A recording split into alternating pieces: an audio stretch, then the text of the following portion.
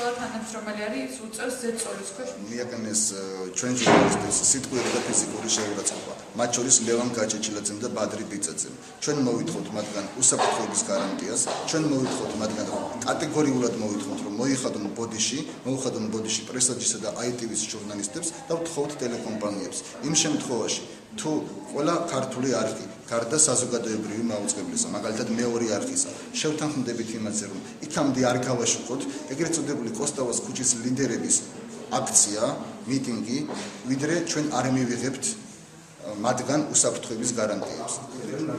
საზოგადოებრივი მაუწყებლის ჟურნალისტთა მოხდა გუშინ, მე ვაკეთებდი ჩემი გადაცემისთვის სტენდაპს ვწერდი და ბეჟა გუნდამა მოვიდა პირველი და რაღაცას ხელკლავე გამიკეთა და გაგვერდზე გამიყვანა.